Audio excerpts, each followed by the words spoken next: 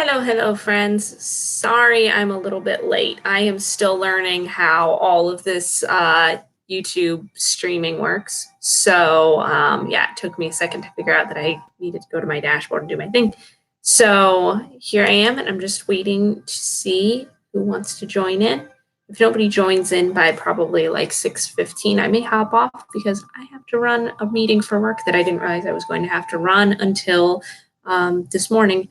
So yeah, so if nobody shows up and if there's not much interest in this, I will just hop off and go prepare for that meeting. So until then, please enjoy the scintillating sounds of Hans Zimmer.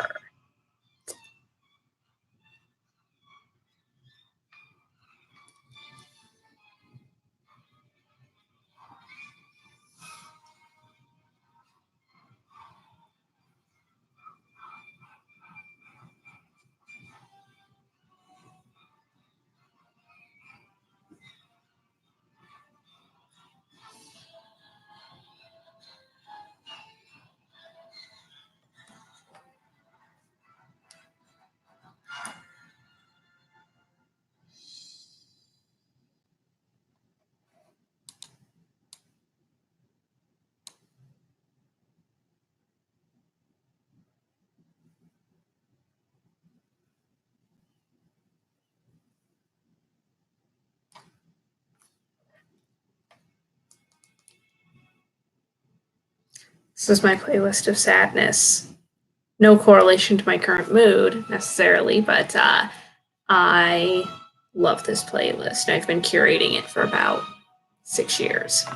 So lots and lots and lots of sadness to be listened to.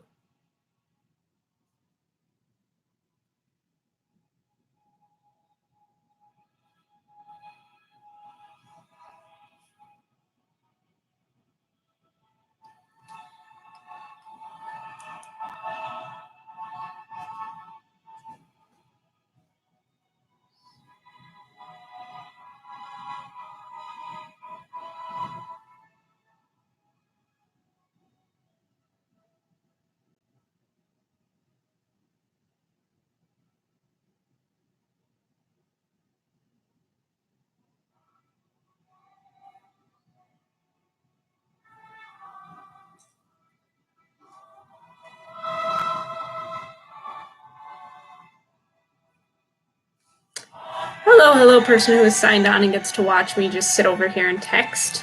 Please feel free to introduce thyself in the chat.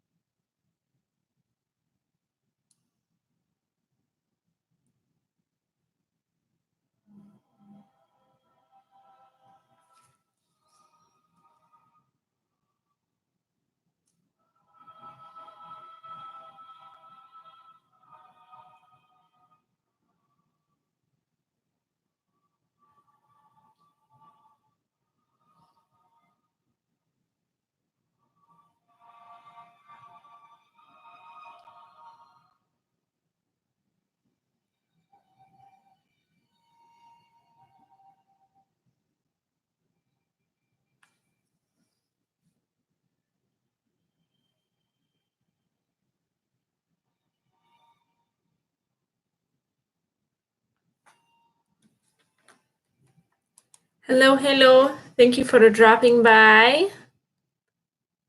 Feel free to drop questions in the chat. I'm just kind of chilling here, listening to my playlist. Currently listening to Hans Zimmer, because Hans Zimmer makes everything better.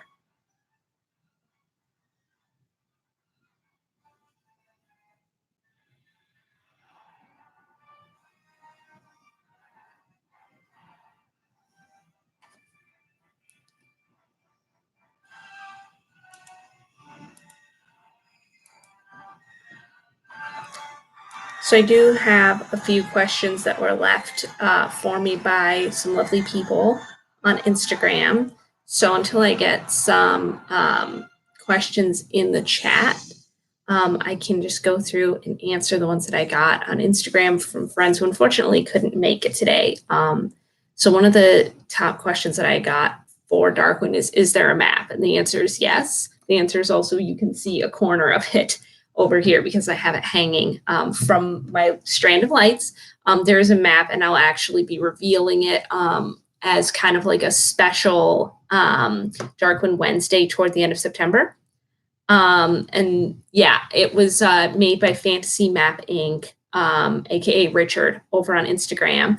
And he did a fantastic job, and I highly recommend him to anybody who is making maps for their fantasy book. But I super love the map. It will also be featured in the book. So yeah, so that is one question that I got. Another one was, how do I get inspired while writing Darkwind? So I'm not writing Darkwind anymore. I'm writing the 4th book in the series, but consistently throughout the series, it's always been the same, which is that it's usually a combination of a playlist I've had for the series since book 1, and I've been steadily building it. But for the most part, I listen to the Braveheart soundtrack or the Gladiator soundtrack.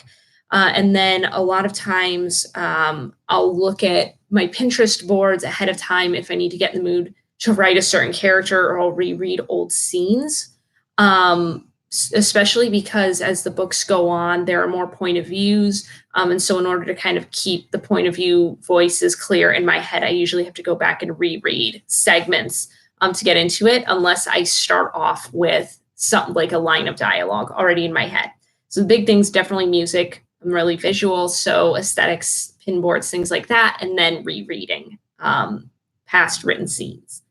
Another friend asked me what would be like my perfect cast if the Star Chaser Saga was made into a movie. So for the first book, because it changes as casts come and go, for the first book, my casting choice currently, at least for Sistine, would be Jenna Coleman.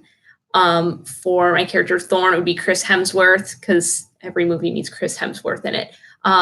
For Ash, it's tough, and I was actually talking to an author friend about this the other day, that there's not like a humongous pool of redheaded females for actresses to pull from, so I kind of have Sophie Turner as a placeholder, but there are a couple other ones, and I have to look up their names, but for now, she's kind of my placeholder. For my boy Julian, it's Dylan O'Brien. For Quill, Sam Claflin. For Malik, who you all are going to meet on the next Darkwind Wednesday, it's Tom, I think I want to say his last name is pronounced Misson. I just know that he was Ichabod Crane on Sleepy Hollow. Ariadne is Jamie Chung, and Tatiana is Paulina Singer. And then there's a couple other characters, like there's an elderly lady named Baba Kala, and I haven't been able to find like an actress that really fits Baba Kala for me. So if you guys know of any like actresses in their like 60s who you think are really good, shoot me their names on Instagram or Twitter, and I will go ahead and look and see if I can add them to Baba Kala's mood board. Let's see, what else have I got here? Another question I had was, how did I come up with the idea for Darkwind?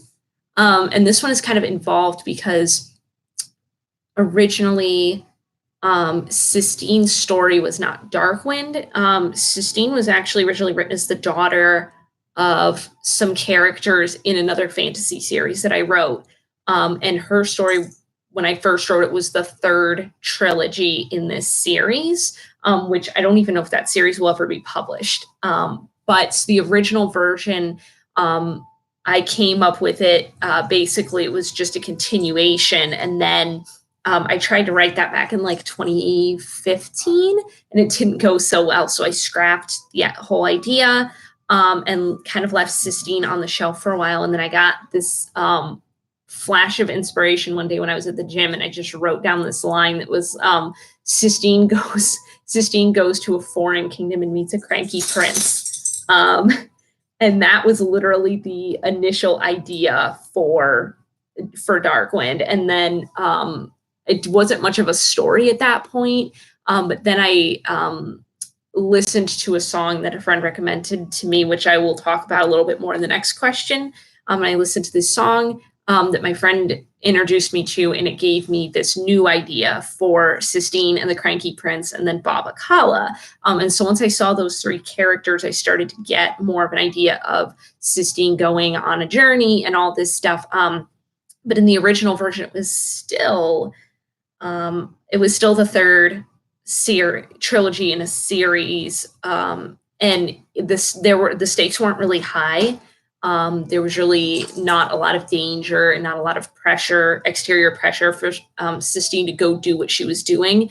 So once I got about 9 chapters into writing that version of Darkwind, I realized that it needed to be its own series. It needed to not be the third trilogy in another series. So I rewrote the first 2 chapters, built it from the ground up, and then that was kind of how Darkwind took off. So a little bit of the backstory there. Another question I got was, what were my most influential songs for Darkwind? And this coming from a person who knows me very well, knows that I'm very musically inspired. So actually, back in spring of 2017, I was engaged in a really silly game with my friend on Snapchat, where she was sending me songs sped up, and I had to try and guess what they were. And I listened through, like, because she told me it was a song in the Moana soundtrack. So I listened through the whole Moana soundtrack for the first time. I hadn't seen the movie and I hadn't listened to the soundtrack.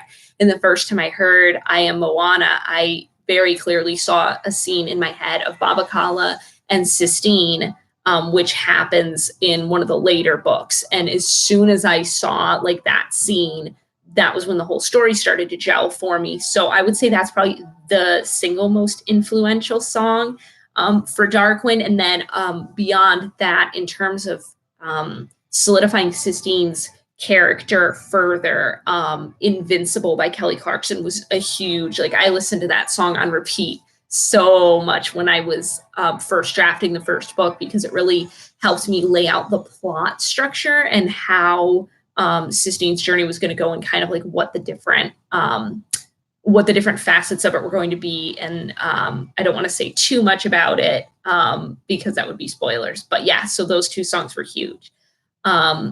Made of Pasta asked, what are your top 3 composer choices for your book King movie series? So I feel like it's kind of A, conceited, and B, cliche to say Hans Zimmer, but I would always choose Hans Zimmer just because of the impact that his music has had on me. I also want to say James Horner, but if I remember correctly, and I'm really bad about like remembering celebrity things, but I believe James Horner passed away before that, though he was like my number 1 pick. Then there's, I'm trying to think, the gentleman who scored the new King Arthur movie. I can't remember. Sword of Legend, I think was the name of it, which is really sad because those were my favorite movies of that year, and I can't remember the exact title. I think his name was like Daniel Pembroke or Pemberton, something like that, I think. So he would be a high on my list of choices. And then Mark Mancina. It's kind of tough because I feel like different composers tend toward different genres, and I like thank you, Annalise. I kind of figured it was Pemberton, but I feel like different composers, like you have some that do more like animated movies, and composers who are very much do like live action movies. And so I guess part of it depends, like if I saw my books become a movie series, would I see them as an animated movie series or would I see them as live action? If they were animated, 100% Mark Mancina, I'm really bad at pronouncing things. Also, Michael Giacchino, whoever he scored Lost, and I think he did a couple of the Avengers movies and the new Star Trek movies. And yeah, so also, hi Cassidy, I love your face as well. Please feel free to ask me any questions because I've run out of my bank of questions that I took from people offline. So, and I actually also just got one from my friend Christina. She says, when you're developing your characters like Quill, are their personalities based on people you know, characters from other books or films, or do they grow organically throughout their adventures and interactions? I would say a combination. Like she specifically mentions Quill, which I try not to make it a secret that Quill is one of my absolute favorites to write. But with Quill, some of his personality is based on my brother. So and then like I have a character named Malik who some of his personality traits are based off of other people that I know. I try not to base it too much on people I know because I feel like it limits me in my brain because then I feel like if I do certain things with the character, I'm being disrespectful to the person. So I try to kind of keep that aspect of life and work separate. Other books and films definitely have influence more than I want them to. Ty has just now realized that I'm doing a video, so she's going to add her 2 cents. But yeah, anytime I read a book, anytime I watch a movie and a character really touches me, I tend to transpose that kind of personality onto my own characters. And so that's a bad habit of mine and part of the reason that I try not to read too much when I'm writing, because then those personalities tend to kind of show up in my characters. But for the most part, I'll start with a couple of qualities that I really admire in characters or that have really made me attached to other characters. And I try to strip it down to just a couple of those and then let them grow organically, which is where that last part comes in. Because the adventures and interactions, I feel like if my cast didn't grow from their interactions, I would probably have a problem because they would be very static and stagnant characters and they're not having the kind of growth I want. So when I look at the whole span of the books from book 1 to book 7, there's a tremendous amount of growth and most of it comes from the ensemble cast and how they interact with each other. So hopefully that answers your question, Christina. Sorry, that was kind of long-winded. Whenever I talk shop, I tend to go a million different places. So Maida Foster asks who changed the most. I want to say in terms of growth, probably Sistine, because where she starts off in book 1 and the place that she's at in the end of book 7, I don't want to say she's like a different character, but I will say that I think she went from being a child to being an adult, which was what I really wanted for her. And I'm extremely proud of the journey that she takes, especially because she goes through PTSD and anxiety and things like that and finds ways to cope with that. So I feel like she goes through and grows through the most. There's also another aspect to who changed the most, though, in the sense of like how they changed in my head, where they are now versus the first draft. And that's my girl Ariadne, because she was almost a placeholder character until my recent edits. I didn't really know her that well. I didn't know like anything about really what her motivations were or why she did the things she did. And then I really it really hit me when I was working on the most recent drafts rewrites. And so she has changed the most in terms of not being the way she was when I first wrote her, but it's not as much of a growth thing with her as it is I finally understand her character, so she's no longer flat. Cassidy asked, what jobs would your characters have if they were in the modern world? It's really tough. And if you've read the book or when you read the book, you'll understand why. With Sistine, it's really hard because I think she would probably be a librarian or like work in a botanical garden, because her big passions are books, gardening, and tea. So I guess she could also potentially work in a tea shop. I feel like any of those professions would make her extremely happy. Let's see. Let me think. Okay, so I'm having to like look at who all my characters are so I don't forget. So Julian would definitely want to work on a farm. He's kind of a farm boy. He just has a thing for horses. Ash would probably be in the military, just because she's passionate about like her kingdom and the sovereignty of their borders and that kind of thing, which is part of her character growth arc that she has to go on. Let me think. It's hard to say with Thorn because he could either, not to give too many spoilers, he could either be like a CEO or he could work at a nonprofit. Like he has the talent and ability to be in positions of leadership, but he also has the personality to kind of want to get down in the dirt and help like people who can't help themselves. So I think he could go kind of to any job like that as long as what he was doing was benefiting other people, not himself.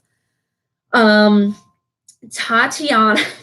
It's really sad that my first thought for Tatiana is that she could totally be like a burlesque dancer just because she's very much about like shock value. But she would probably work at any kind of repair shop because she was raised in that. One of her passions is like inventing and designing and fixing things. Ariadne 100% would be in some kind of clergy because her faith is the most important thing in her life. So she would, she could work for like a any kind of religious organization. Basically, she could be in that kind of position. Malik, construction worker, lumberjack, which is kind of objectifying him a little bit, but he's definitely got the build for it, and he also has the like mental, just working with his hands and like having that kind of mind-numbing work would be good for him. Quill would be the dude like Steve Irwin, like the dude who works at a zoo and gets down in there and feeds crocodiles and hippopotamuses giant things and is like, wow, did you see? Oh my gosh, that thing could take your hand off. I'm gonna stick my hand in there and see if he does it. Like that would be Quill's profession. Babakala would probably be, I actually don't know what Babakala would do. I think she would be either like a really good counselor, or I feel like she would run like any kind of like a knitting or some kind of class for like people at like a nursing home type thing, so that people don't feel like when they are elderly they've come to the end of their lives. So okay, so Annalisa says, I have an oddly specific question about the world building. How many years would it take for society to start using electricity, invent mass transportation? So not to give away too many spoilers, but that is an aspect that actually is explored in the book. And I want to say it like this. It's not a matter of how many years would it take for society to start using these things. It's A, what's the fantasy alternative, and B, what happened to that power. So that's all I want to say about that, because it's one of my favorite aspects of the world building, and I also kind of want it to be experienced in the reading. So I'm going to leave it at that for now. So if you guys have any other questions, feel free to drop them over there. I will take any and all questions from y'all, because I ran out of all the questions on my phone. So y'all are my lifeline now.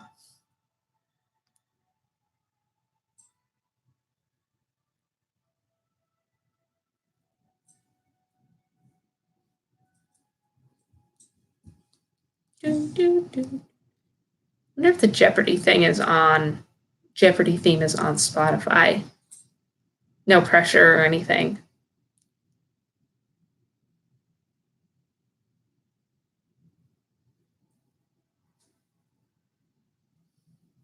Yeah, so I didn't come prepared with more questions, guys. I have collected some historically, and then I kind of lost the ones that I had stored up. So like if I do, I'm planning on doing another like a live stream launch party like the weekend before Darkwind comes out. So hopefully I can grab some more questions before then, so that I don't leave you guys sitting here just staring at me in my penguin hat and wondering what music is going to come up next. Spoiler alert, it's a song from Harry Potter. No worries, Bisa. I'm bad at answering questions. So, but my dear Christina has sent me a lifeline. She's DMing me her questions. She asked, what type of wildlife or magical creatures live in the land of Darkwind? Real ones or imagined? Both. They have horses.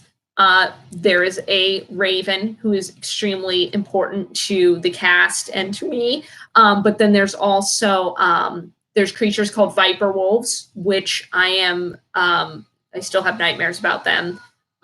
There's there's just like, it talks a little bit in the first book about creatures that live in this giant forest. And there's like wild cats with funny colored pelts. There's trying to think of what else there is. Of course, now I'm like drawing a blank. There's land octopuses, which are kind of creepy.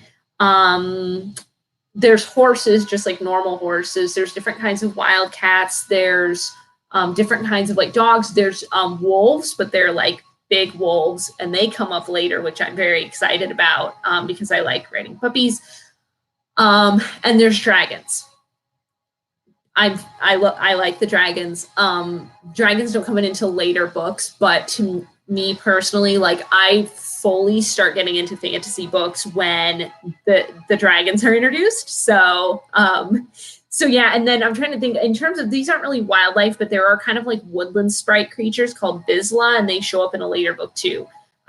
So yeah, so there's a combination mixture of real and then imaginary, because I just like to let my brain run wild. Hi, Brittany. I'm so glad that you were able to make it. If you have any questions, feel free to drop them in the chat, Brittany, because I'm just kind of answering a combination of ones that people are DMing to me and then ones that people are sending here. So let's see, Annalisa, piggybacking off the animal aspect, do the dragons talk, and can any other animals potentially communicate the way humans do? The dragons can talk, and so far they're the only animals that can, which I kind of described as basically because the dragons are like the oldest of the animal races, and they have, you know, the most intelligence, and it's actually kind of rumored that they gave some of the old language to the humans, so it's less that like the dragons can speak our language, is that like we speak an aspect of their language. And then not communicating per se, but Fire, which is the raven that everybody loves, myself included.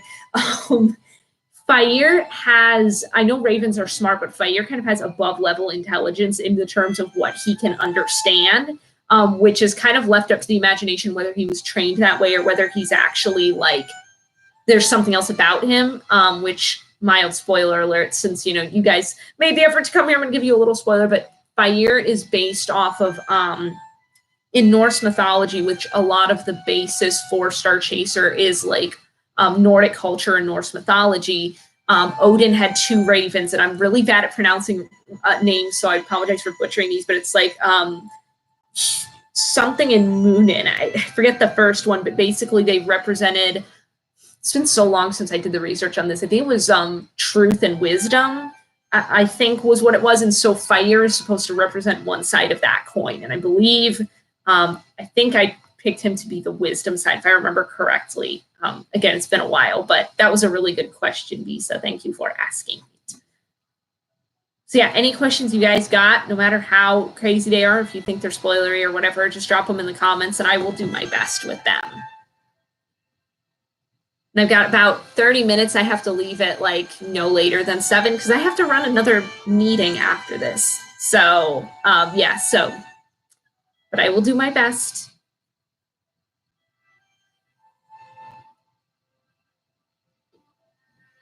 Also, for anyone who recognizes it, the song is definitely from Naruto, and it's completely beautiful, and I wish I could remember who did the original, because for the earlier question, Elisa, this person would also be really a top choice for composure. Hello, Mama Vicky. I love you. Thank you for watching this.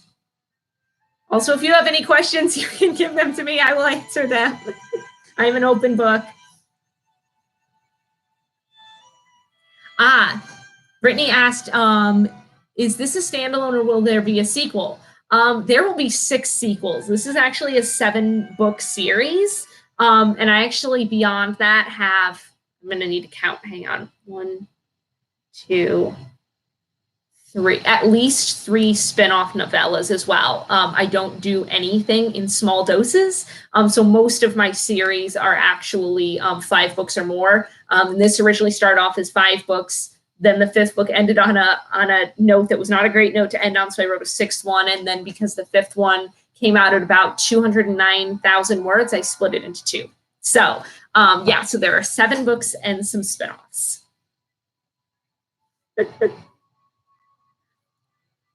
Also, let me see what she's saying.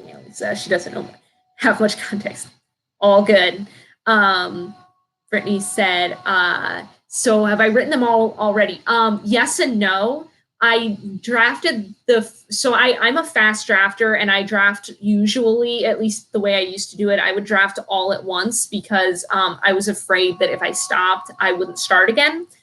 So I did draft all 6 books over the course of, it took me a little less than a year. But I got majorly burned out after I wrote, and this happens to me after 3 books, I get burnout, and I didn't respect that that's a part of my process. So I forced myself through it. I wrote book 4 and I hated it. I wrote book 5 and I hated it. And then I wrote book 6 just with no expectations because at the time I was pursuing traditional publishing and I didn't think it would ever get published. So I just wrote it for myself, and I still really like that one. Sorry, getting kind of sidetracked on that, but I am actually right now in the process of rewriting book 4 from the ground up because I got a pair of really amazing beta readers that read all the way through books 1 through 4. And we're like, there's some stuff in book 4 that you're not crazy. It's actually not as good as the first 3, and you can fix this. So that's what I'm doing right now, which is causing me to have to rewrite a couple of arcs in book 5 and 6 because new characters showed up and character growth arcs changed, and the relationships between some of the characters changed. So the answer, long version, short version, Brittany, is I have written them most of the way, but I'm in the process of redrafting the last 4. Yeah. So, but it's nice because my publishing schedule is once I start releasing, I'm going to do 1 book every 6 months until they're all released. So I'll be on a December, June, December schedule. And so that gives me until not June 2020, but June 2021 to finish book 4. So it should be good. Thank you, Brittany. It's not been a very easy process, and I've been pretty stressed about it, but right now I'm kind of hitting a stride, and I'm actually really excited right now. So I got another, let's see. My friend is typing a question to me on Instagram, and I'm excited because she's been typing for a hot second. So, okay, she said, spinoffs, are those based on each character's adventures individually, or mini adventures based on a few of the characters having adventures together? Do you envision the characters coming to life as you write them?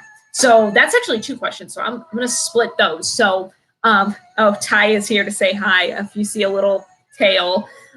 Okay, so the spinoffs are, they involve different members of the cast for the most part, the surviving cast anyway. I won't say that everybody makes it through all the way, but there are some things that are left open-ended at the end of book 7. And while they're not necessary for for the ending to be concluded, I can't think of the word I'm looking for. They're not necessary for the ending of the main series, but they're questions that I want answered on paper, and B, if I was a reader, I would really like to see them as spin-off novels. So it kind of comes back to the whole writing the story that you want to read, and I really want to see kind of these questions get answered, but not as part of the main canon. So yeah, the plan is that those will be just kind of smaller stories. And I have like a beginning, middle, and end for those. And I know the exact moment that the spinoffs need to end. So yeah, so it'll be kind of a combination. Some of it'll be about some of the characters going off and doing a thing, and then some of them will be another thing. And then one of them is actually kind of like a what if scenario, which I was very fortunate to figure out a way that I could explore that. So that one's going to be really fun. I've actually written the first chapter of that one already, but it's my reward for when I finish book 4. And then the other question that Christina asked was, do you envision the characters coming to life as you write them? It's kind of funny. I don't talk about my process that much because historically, when I was in my later teen years, when I would talk about this kind of stuff, a lot of times the writers that I would talk to kind of thought that I was weird. So this is growth for me. I'm going to actually say this. I'm one of those writers that I really see it like a movie in my head, and I feel like I'm just writing down what I see. So in terms of them coming to life, I would say absolutely. Like I can see if I'm in the right headspace. I can see them moving around the room. I can see their physical motions. I can hear the inflection in their voices, and I just get really like into the scene as if I'm standing there watching it. So I definitely feel like they come to life for me, which is good and bad, because like when they cry, I cry, and I'm an easy crier. So there's a lot of crying when I'm writing. So Annalisa asked, what would be an ideal location for the setting? Not New Zealand. I actually wasn't going to say New Zealand because with the whole basing it on Viking culture, I drew a lot of inspiration from like the black beaches in Iceland. I did a lot of like looking at pictures of the fjords and things like that. And so I honestly feel like anywhere up in like anywhere you go north of, I want to say north of like Germany, Russia, Spain, the UK. And my geography is terrible, so that's probably not like a really good metric, but Iceland, Greenland, Sweden, Norway, Hungary, any of those kinds of places, I've drawn inspiration from the cultures loosely, but the settings definitely. So, because I got kind of tired's not the right word.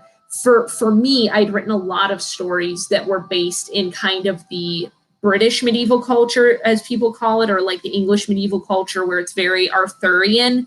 And while there is a lot of, like not magical swords, but, swords and sorcery kind of style to the Star Chaser series, I wanted to base it in a more, in a culture that I felt like didn't get as much love. So that was why I kind of went more with like what was Nordic culture, like what was Vikings like, what were Vikings like, what were their beliefs like, and then very loosely based it off of that. So yeah, Brittany says, are there any authors' books you feel like your writing style or stories are most like? So yeah, my problem is that my style tends to imitate whoever I've most recently read until I kind of get into a project and find my own voice. I think that in terms of just like the raw side of writing, I think that I find elements of the way that Sarah J. Maas writes things like her dialogue. A lot of times I find that like my dialogue has that kind of succinct, like snappy banter to it. I don't know. It's hard to answer this question like objectively with Star Chaser, because it varies from book to book. Like the style in books like The Night Circus and Caraval really inspired my voice when I was writing The Chaos Circus, my debut novel. But I've drawn a lot of inspiration from Sarah J. Maas, from Leigh Bardugo. I'm so bad at pronouncing names. And then also, as funny as it's going to sound, like my beta readers, which you can follow them on Instagram, Miranda Kulig Poetry and Inkstained Heart, particularly Inkstained Heart, Cassidy, she's writing a fantasy novel. And I feel like my voice and hers, we write very similarly, probably because we read similar books. And I wish I could write as well as she does in that voice. So even like I adopt kind of the writing mannerisms of the people that I beta read for and critique for. So I'm kind of a chameleon amalgamation. So yeah. Yes, Brittany, I'm really excited for you to get your ARC. I have ordered them from Ingram Spark, and they are, I think they're shipping to me by the end of this week. So I'm super duper excited to get those out to you guys, and hopefully you will love them. So, all right, I'm checking real quick over here to see if there's any more questions coming in. I got a question from my mother-in-law, but it's not about this, so I'll spare you guys that. Let's see. All right. So you guys got anything more for me? Because I'm on a roll now. I've officially surpassed my anxiety and my tongue is loose. So anything else you guys have got for me? We've got about 20-ish minutes left. Not to hear my poor laptop tell it. It's wheezing, and fan is running at really high speeds. It's not super happy with me streaming. What's the story behind my cute hat? Funny you should ask, because of all the hats I own, it's the only one with a story. My brother's roommate, who is my husband's best friend and one of my best friends, has gone on a bunch of pilgrimages to Israel, and he went there during Purim. And this is a Purim hat. I call him my Purim penguin. And when my brother's roommate moved out and moved to New York, he was getting rid of a bunch of stuff. And this was one of the things. And I was just starting to dream up doing a YouTube channel. And I knew that I wanted to have like a security hat. And so I was like, oh my gosh, can I have this penguin? It's perfect. And he was like, I guess. And so that's the story behind my Purim penguin hat. But thankfully, my camera isn't good enough that you can see it very well, but he's covered in white cat hair, because this is what happens when you have a black penguin hat in a house with a white flame point Siamese cat. So yeah, I'm super fond of this hat. And this is the first time that I've been able to comfortably wear it in a while, because it actually feels like fall here today. So, which I'm getting excited and getting in the mood for pumpkin spice everything season. All right. Popping over here to check for questions. Thank you so much for coming, Brittany. I hope you and the hubby have a awesome, fun time. Thank you for sending questions my way. Bye. Yeah, trying to think. Starbucks. My husband is a shift leader at Starbucks, and they just rolled out pumpkin spice. Surprisingly, with not that much fanfare. It's today. Yesterday, they rolled it out. So, but I am personally abstaining from pumpkin spice until at least September 1st, because until the clock strikes midnight on September 1st, to me, it's still very much summer season. So.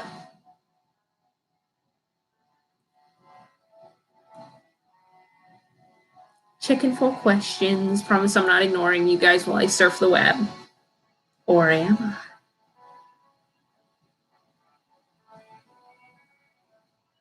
Ugh. So many good songs. Here's a question for you guys. If anybody knows of any good songs that are a violin piano duet, I'm trying to build out a playlist of songs that are just violin and piano. So if you guys know any of those, DM me on Instagram. Let me know what the titles are so I can add them to my playlist. This is one of them. It's called Tiny Little Notes by Nicholas Kirk. So I'm going to start picking to music. Piano guys have a cello piano duet. Are all their songs cello piano? I'll admit, I have like literally one song of theirs on my playlist, and it's Arwen's Vigil, I think. I wonder if that's on this playlist. Okay, I'm going to see if Arwen's Vigil is on this list. I forgot this is the playlist that I don't have in, oh, there it is. Piano guys. Yep. There, that would be it. I love this song. If I can't wow you with my intelligence, I will wow you with my playlists of 900 and something songs. I have a lot. Bye, Elisa. Thank you for coming and asking all of those really awesome questions. I was super happy to answer them. Have fun with your student. Teach them Arwen's Vigil by the Piano Guys. All right, you guys got any more questions for me? If not, I am not offended to cut out a little bit early, so I don't keep you guys here just staring at me in my penguin hat while I listen to music. Sure, that's not the most scintillating way to spend your Wednesday night.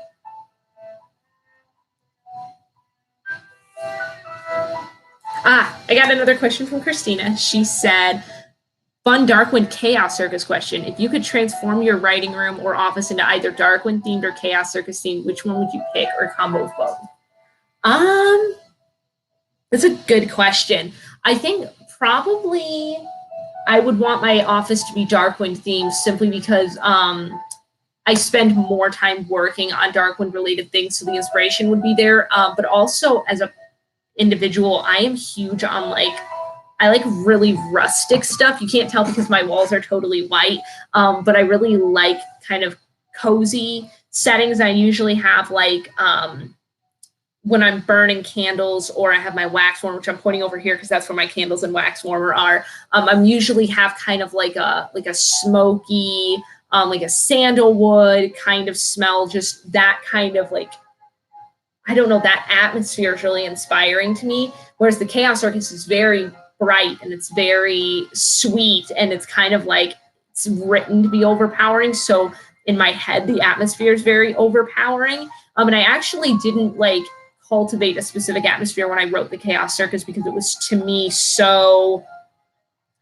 I don't know, whimsical and out there that it would be really hard to even make my office feel that way. So as it stands now, though, I do kind of have a combination in terms of theme because I have the Christmas lights. And if you look around, you'll notice I have different Chaos Circus themed things in here. I have back on that lamp, I have a balloon. I have a balloon here, and I actually have a wood carving over here that my mom did for the Chaos Circus. But I also have swords on my wall and a dagger on my wall, and then can't really see them, but all of these are I have a whole strand of quote blocks from Darkwind. So really kind of an amalgamation of both.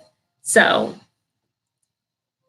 but thank you for that question, Christina. I love talking about my writing space, even though, it's kind of eccentric and eclectic, but that's me. I also I'm going to give you guys a quick, see that watercolor painting on the wall? That was also done by my beta reader. As soon as she showed me that she was working on it, I was like, oh my gosh, that is 100% Star Chaser, and I need it for my wall. So she has an Etsy shop, and if you guys are ever looking for decorations that are watercolor, homemade, very nice, you should check out her Etsy shop. I will try to remind myself to post a link of it at some point.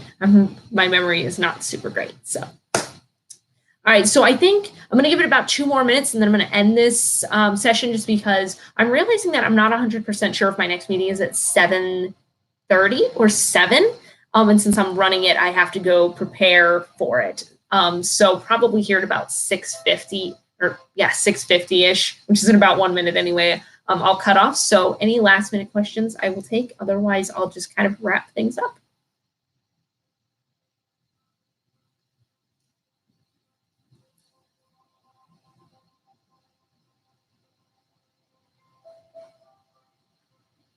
I remember putting this song on this playlist.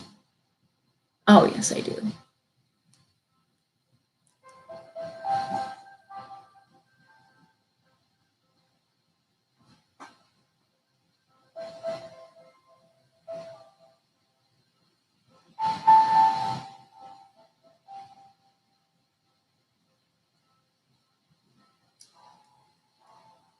Seeing if I got one more question coming in here from my fairy godmother, Christina.